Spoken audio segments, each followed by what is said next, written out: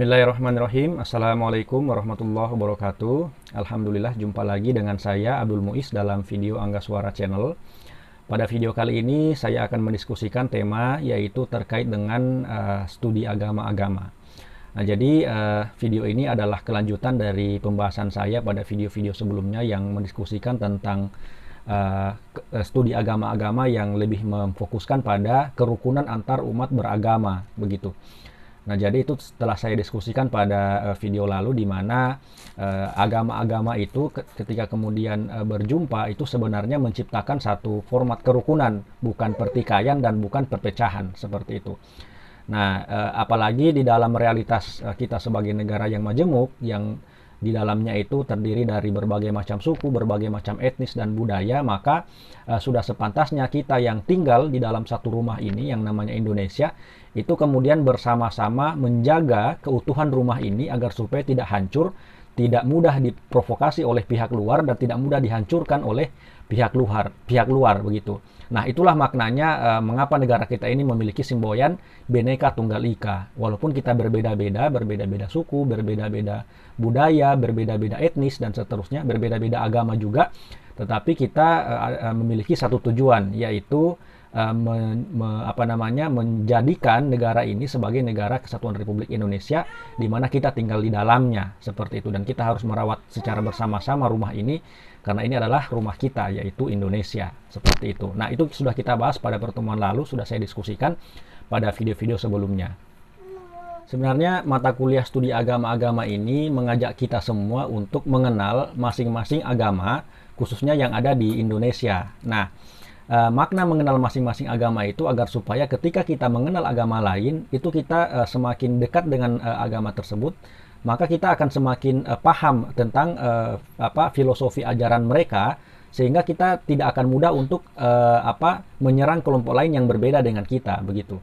Nah, jadi ini lagi-lagi ini bukan menyamakan semua agama ya, atau mencampur adukan agama atau merelativisme semua agama, tidak. Tetapi ini adalah upaya, khususnya dalam mata kuliah studi agama-agama ini, untuk saling mengenal. Kan kalau dalam bahasa Islam itu kan lita'arufu. Jadi bagaimana kita agar supaya bisa saling mengenal antara satu dengan yang lain. Jadi lagi-lagi bukan untuk memasuki agama tertentu, tetapi hanya sebatas mengenal seperti itu. Karena semakin kita bisa mengenal agama tertentu dan keyakinan mereka, maka kita akan semakin memahami substansi atau filosofi ajaran agama mereka, sehingga dengan demikian kita akan semakin memahami mereka, sehingga potensi-potensi untuk menyerang mereka misalnya atau menimbulkan konflik antar agama itu bisa diminimalisir, bahkan bisa dihilangkan begitu. Nah, itu adalah kata kunci di dalam studi agama-agama. Jadi bagaimana kita bisa saling mengenal agar supaya bisa saling menciptakan perdamaian, bisa saling menciptakan keharmonisan antara satu dengan yang lain seperti itu. Nah, makanya juga di dalam studi agama-agama ini sebenarnya tidak cukup kalau cuma satu semester seperti itu. Nah, maka di dalam perguruan tinggi Islam yang terkemuka seperti UIN Sunan Kalijaga, terus UIN Bandung itu sudah membuka program studi yang mendiskusikan tentang atau yang memfokuskan tentang studi agama-agama. Jadi sudah ada program studi agama-agama di UIN Jogja dan juga UIN Bandung. Gitu. Bahkan kalau tidak salah UIN Jakarta juga ada.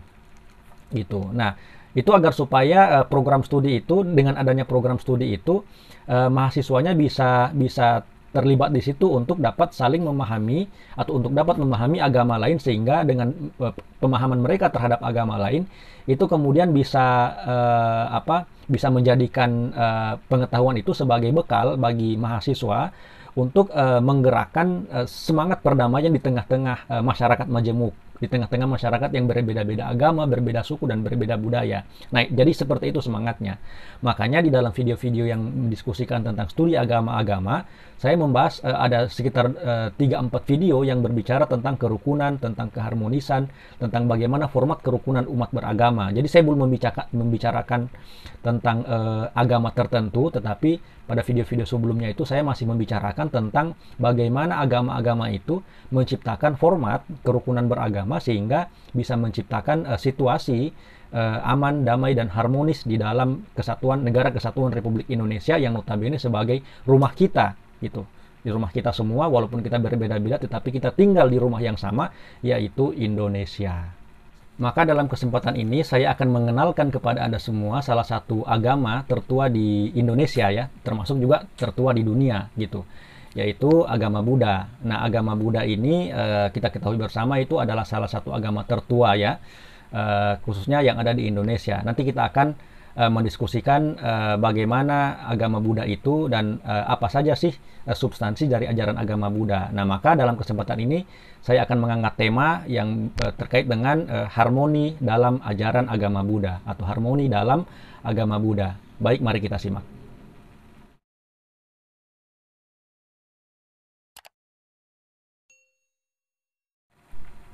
Jadi agama Buddha ini itu pertama kali lahir dari India ya.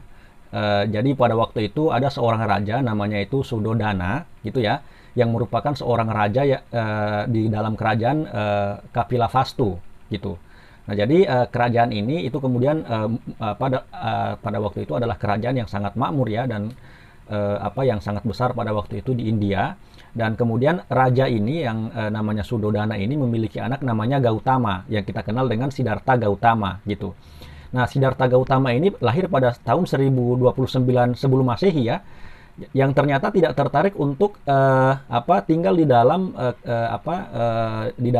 kerajaan gitu. Jadi dia tidak tertarik untuk menjadi pangeran gitu, Siddhartha Gautama ini. Kenapa dia tidak tertarik untuk menjadi pangeran? Karena setiap dia bangun pagi dan dia membuka jendela, itu banyak sekali dia melihat orang-orang yang kelaparan, terus orang-orang yang miskin di mana-mana gitu. Dan peristiwa-peristiwa ini kemudian mengetuk pintu hatinya begitu. Jadi bagaimana dia sebagai seorang pangeran terus hidup di tengah-tengah orang-orang yang sedang kelaparan gitu. Jadi ada satu istana yang megah yang dimana dia itu bermukim.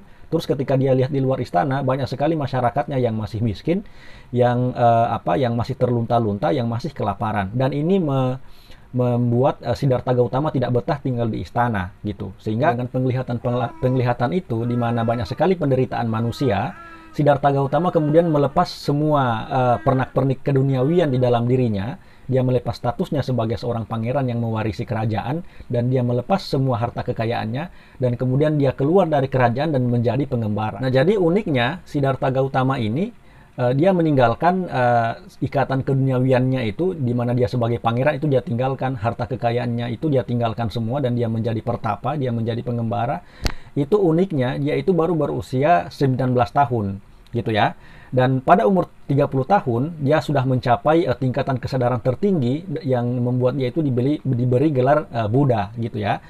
Buddha itu artinya orang yang sudah memiliki kesadaran, sudah memiliki tingkat kesadaran batin yang sangat tinggi begitu. Nah, pada waktu itu dia bertapa di pohon Bodhi ya, dan di pohon Bodhi itu dia banyak mendapatkan pencerahan sehingga dia diberi gelar sebagai seorang Buddha begitu. Nah, jadi Buddha ini pada awalnya itu adalah gelar yang diberikan kepada Siddhartha Gautama karena dia sudah mencapai tingkat spiritualitas, tingkat kesadaran yang tinggi seperti itu. Nah, jadi salah satu yang membuat dia mendapat pencerahan itu karena dia menganggap bahwa dunia ini adalah penderitaan seperti itu ya. Dia melihat bahwa adanya orang miskin, adanya kelaparan, terus habis itu orang-orang di mana-mana hidup terlunta-lunta seperti itu, ditinggalkan orang yang terkasih seperti itu. Nah, maka dia menganggap bahwa hidup ini adalah penderitaan, dan salah satu cara atau bahkan satu-satunya cara untuk mengatasi penderitaan itu adalah dengan membuat penderitaan itu menjadi satu kebahagiaan. Jadi membuat semua orang itu berbahagia. Seperti itu. Satu yang membuat Siddhartha Gautama ini mendapat gelar Buddha atau mendapat pencerahan yang sempurna itu karena beliau itu memiliki kesadaran bahwa yang dapat menyelamatkan manusia dari penderitaan itu adalah menjalankan kehidupan sesuai dengan hukum alam semesta seperti itu. Nah, jadi Siddhartha Gautama ini menganggap bahwa pada prinsipnya manusia itu menderita gitu. Jadi baik menderita karena kemiskinan, menderita karena kelaparan, menderita karena ditinggalkan orang terkasih seperti itu. Maka Siddhartha Gautama menganggap bahwa pada prinsipnya kehidupan ini adalah penderitaan. Dan untuk menghilangkan penderitaan itu gitu ya, maka seseorang yang menganut ajaran agama Buddha itu atau ajaran Buddha itu harus menciptakan kebahagiaan yang sesungguhnya sebagaimana yang diajarkan oleh hukum alam. Nah, hukum alam ini kan mengajarkan kepada kita semua bagaimana kita harus bersikap kepada orang lain kan, atau kepada makhluk lain. Seperti misalnya matahari yang memberikan sinarnya, tidak peduli apakah orang itu baik atau buruk, tetap mendapatkan sinar matahari, seperti itu. Pohon juga yang memberikan buah kepada semua orang, tidak peduli orang itu baik atau jahat, dia bisa memetik buah dari pohon itu, begitu, dari suatu pohon yang berbuah, seperti itu.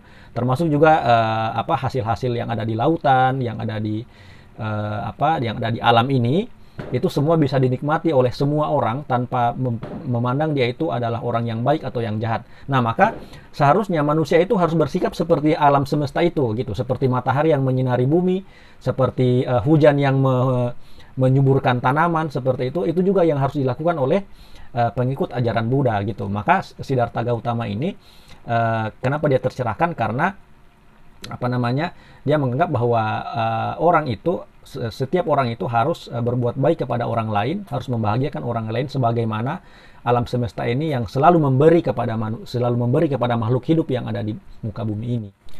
Sedangkan di Indonesia itu ajaran agama Buddha itu termasuk agama yang tertua di Indonesia ya, dibandingkan dengan agama-agama lain, misalkan agama Kristen, agama Islam, gitu ya. Islam dan Kristen ini relatif baru di Indonesia, begitu.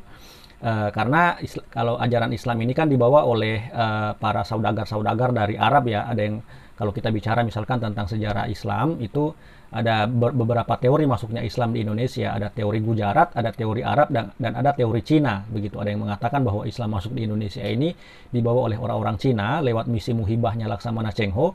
Ada yang bilang bahwa Islam masuk di Indonesia ini lewat orang-orang Arab yang berdagang di Indonesia. Ada yang bilang Islam di Indonesia ini masuk dari India, jalur Gujarat. Sedangkan keberadaan agama Buddha di Indonesia itu dapat dilihat melalui kerajaan Sriwijaya. Nah, jadi kerajaan Sriwijaya ini adalah kerajaan di Palembang ya, gitu. Nah, nama Sriwijaya ini juga adalah nama Buddha ya, yang diambil dari bahasa Sanskerta, yaitu Sri Vijaya, gitu.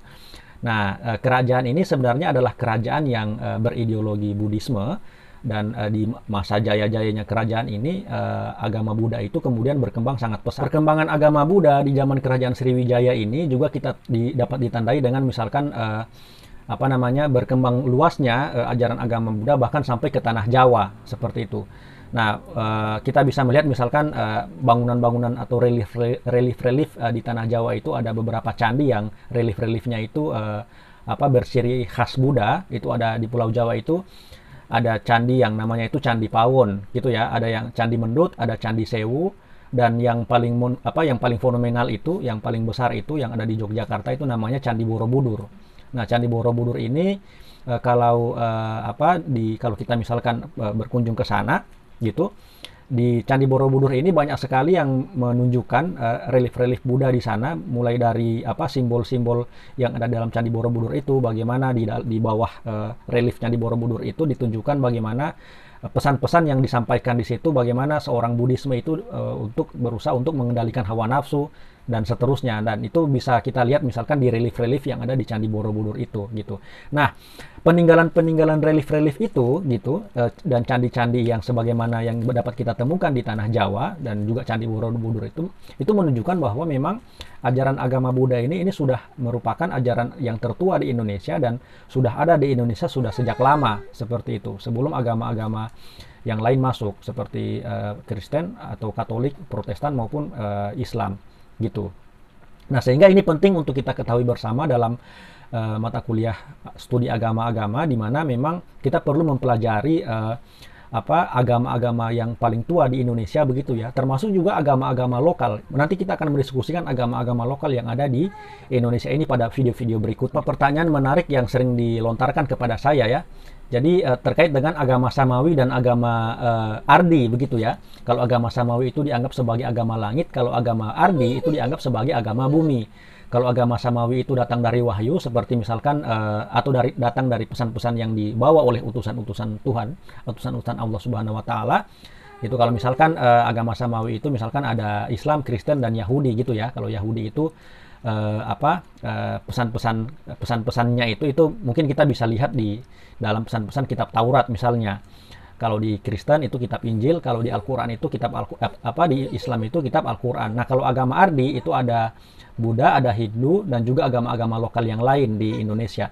Nah, tapi perlu kita ketahui bersama bahwa berbagai macam sumber mengatakan bahwa Buddha ini sebenarnya bukan agama Ardi atau agama bumi, gitu ya. Tapi ada beberapa catatan di dalam kitab suci Buddha itu yang menunjukkan bahwa Buddha ini memiliki konsep ketuhanan. Nah, karena Buddha ini memiliki konsep ketuhanan, itu berarti Buddha ini juga bukan agama Ardi, gitu ya, tapi juga agama yang juga memiliki keyakinan akan Sang Pencipta seperti itu. Kita bisa melihat misalkan di dalam kitab Buddha ya, itu Sutta Pitaka, itu di mana Siddhartha Gautama mengatakan bahwa ketahuilah para biku bahwa ada sesuatu yang tidak dilahirkan, gitu ya, tidak dilahirkan, tidak menjelma, terus dan sesuatu ini adalah mutlak, gitu. Jadi dia tidak dilahirkan, tidak menjelma. Nah, itu adalah kalau kita melihat substansi dari perkataan Siddhartha Gautama ini, itu menunjukkan bahwa Siddhartha Gautama juga memiliki keyakinan akan Sang Pencipta, seperti itu. Nah, cuman memang konsep ketuhanan Buddha dengan konsep ketuhanan agama-agama yang lain itu berbeda, seperti itu ya. Misalkan ekspresi mereka ketika mengamalkan ajaran-ajaran Buddha, di mana untuk menjadi seorang Buddhisme yang baik, maka dia harus mencontoh atau berguru ya, katakanlah begitu, atau dalam tanda kutip mempelajari apa yang diajarkan oleh alam semesta kepada manusia, seperti itu. Nah, jadi ajaran agama Buddha ini sebenarnya pada prinsipnya adalah ajaran yang mencabut penderitaan orang lain. Jadi kalau orang lain itu menderita, maka tugas orang Buddhisme itu untuk memberikan dia kebahagiaan, gitu. Nah, jadi contoh misalkan kalau Anda pernah nonton mungkin film ini Kerasakti ya, di film Kerasakti yang kalau per episode itu kan itu banyak sekali pesan-pesan moral di situ. Jadi bagaimana Biksu Tong Samcong itu kemudian bersikap sangat baik gitu ya, bahkan kepada orang yang memusuhinya. Jadi ada siluman-siluman yang sengaja membunuh biksu itu, tetapi biksu itu tidak membenci si siluman itu, malah sebaliknya ketika sudah menjelang ajal, menjelang wafat, biksu ini malah memintakan ampun kepada Sang Buddha terhadap si siluman ini agar supaya dia dimasukkan ke dalam surga begitu, dimasukkan ke dalam nirwana gitu. Nah, malah biksu ini tidak membenci orang yang membenci dia gitu ya. Malah biksu ini justru menyayangi orang yang membenci dia. Nah, itulah sebabnya orang-orang Buddha ini selalu mengutamakan bagaimana kita memberikan kebahagiaan kepada orang lain, sebagaimana alam semesta memberi segala sesuatu kepada makhluk hidup. Nah, kita ketahui bersama bahwa matahari itu menyinari bumi, tidak peduli penghuni bumi itu ada orang jahat, ada orang baik. Semua orang di muka bumi ini mendapatkan sinar matahari, seperti itu, mendapatkan manfaat dari sinar matahari. Tidak peduli orang itu baik atau jahat. Begitu juga misalkan buah-buahan yang tumbuh seperti itu, atau hasil bumi yang ada di bumi ini gitu, yang ada di alam semesta ini, itu bisa diambil oleh siapapun, baik dia orang jahat atau orang baik. Hasil di laut misalnya bisa diambil oleh orang jahat maupun orang baik. Artinya kita bisa mencontoh alam semesta ini. Alam semesta ini memberikan segala sesuatu, memberikan kehidupan kepada semua makhluk di muka bumi ini, tanpa memandang apakah makhluk di muka bumi ini baik atau jahat. Apakah manusia itu baik atau jahat, tetap mendapatkan kehidupan yang baik yang diberikan oleh alam semesta. Nah, itulah yang harus dicontoh oleh orang-orang yang menganut ajaran agama Buddha. Jadi bagaimana seorang Buddhisme itu kemudian berusaha untuk membahagiakan orang lain, atau berusaha untuk menjadi yang terbaik bagi orang lain, atau berusaha untuk menjadi orang yang bermanfaat bagi orang yang lain. Nah, makanya kan simbol-simbol atau slogan-slogan Buddhisme itu, atau doa-doa yang ada di dalam Buddhisme itu kan selalu mengatakan bahwa semoga semua makhluk di dunia ini berbahagia, gitu ya.